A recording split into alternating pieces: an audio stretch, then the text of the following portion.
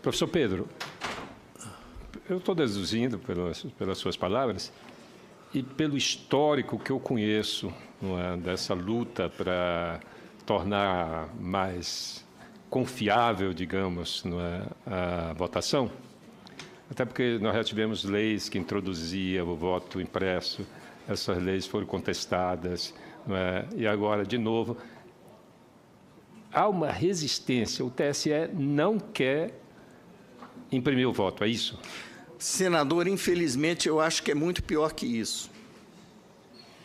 Porque o edital que foi feito, a pretexto de cumprir a lei, que terceirizou praticamente tudo, basicamente abriu o cofre de segurança do sistema eleitoral brasileiro, em troca de um simples termo de sigilo, para que uma empresa estrangeira que ganhou a licitação pudesse conhecer todo o nosso sistema, inclusive o material criptográfico, que é, digamos, o alicerce do mecanismo de proteção que a Justiça Eleitoral alega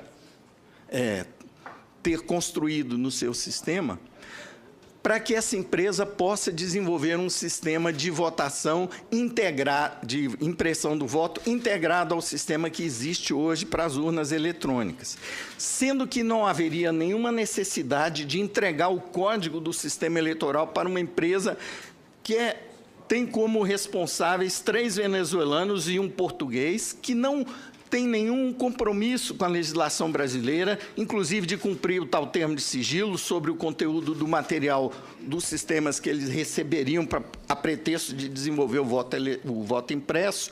Isso, o que está no edital de licitação para implementar o voto impresso esse ano, a meu ver, é um ato de traição à soberania nacional. E esse edital não foi contestado por ninguém? Esse edital foi contestado pelo CEMIND em 7 petições, cujas cópias estão na minha mão.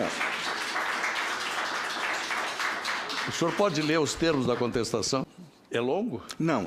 Então, o senhor pode ler agora. 5 linhas. Maria Aparecida Rocha Cortiz, advogada, OAB São Paulo, e Pedro Antônio Dourado de Rezende, professor de Ciência da Computação da UNB, membros do Comitê Multidisciplinar Independente, ente da sociedade civil, vem à presença do Egrégio Tribunal de Contas da União apresentar representação em face do Tribunal Superior Eleitoral para anulação da licitação 106/2017, apuração de responsabilidades e demais providências para ressarcimento ao erário público de eventuais prejuízos gerados conforme abaixo articulado. E o parágrafo que cita o comentário que eu fiz em resposta ao senador Capiberibe é o seguinte: violação e risco à segurança e soberania nacional.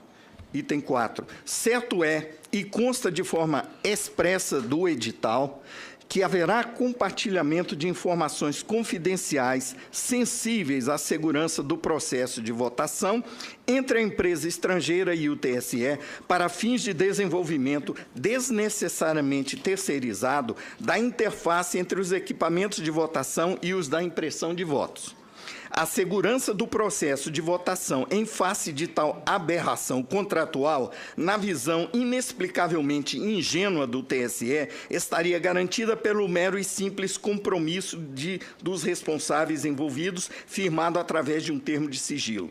Esse termo de sigilo teria o efeito de vincular às leis brasileiras os seus signatários, mas, neste caso, quem vai administrar o consórcio das empresas vencedoras da licitação são 3 cidadãos venezuelanos e um português, que não estão submetidos in totum à legislação nacional. Tem cada qual seu território de domicílio e nacionalidade distintos do nosso, o que, em sendo a intenção, os garante, por princípios jurisdicionais, imunidade em face a tal compromisso, a despeito de qualquer legislação que lhes seja extraterritorial. Assim, agindo na ilegalidade, o TSE coloca em risco a soberania nacional ao compartilhar com tais entes estrangeiros informações confidenciais do sistema de votação usado em eleições oficiais no Brasil, inclusive material criptográfico que pode ser utilizado para simular a origem autêntica de programas que compõem tal sistema. Faço uma interrupção aqui, senador, para comentar que esse material criptográfico teve o acesso negado especialistas que estiveram no TSE para desenvolver os testes de segurança, como o professor Diego vai atestar na fala dele em seguida. Com esse material criptográfico, programas stealth, camuflados, capazes de, nas 95% das sessões para as quais não está prevista a impressão do voto, fraudar percentualmente as votações de forma indetectável sob as regras atuais para fiscalização externa, inclusive, como eu comentei, em relação à votação paralela, os quais poderiam ser antecipadamente confeccionados e plantados à sorrelfa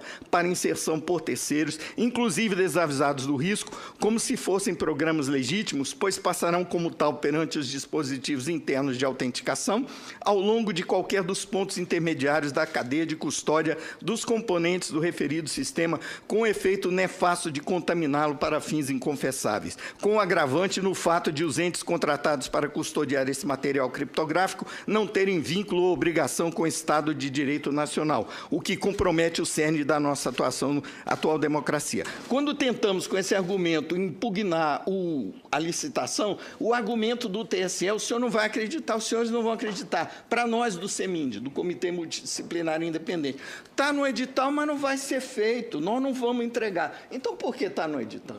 Perfeito. Obrigado, professor. Doutor Pedro de Rezende, peço que o senhor nos consiga uma cópia dessa peça. Doutor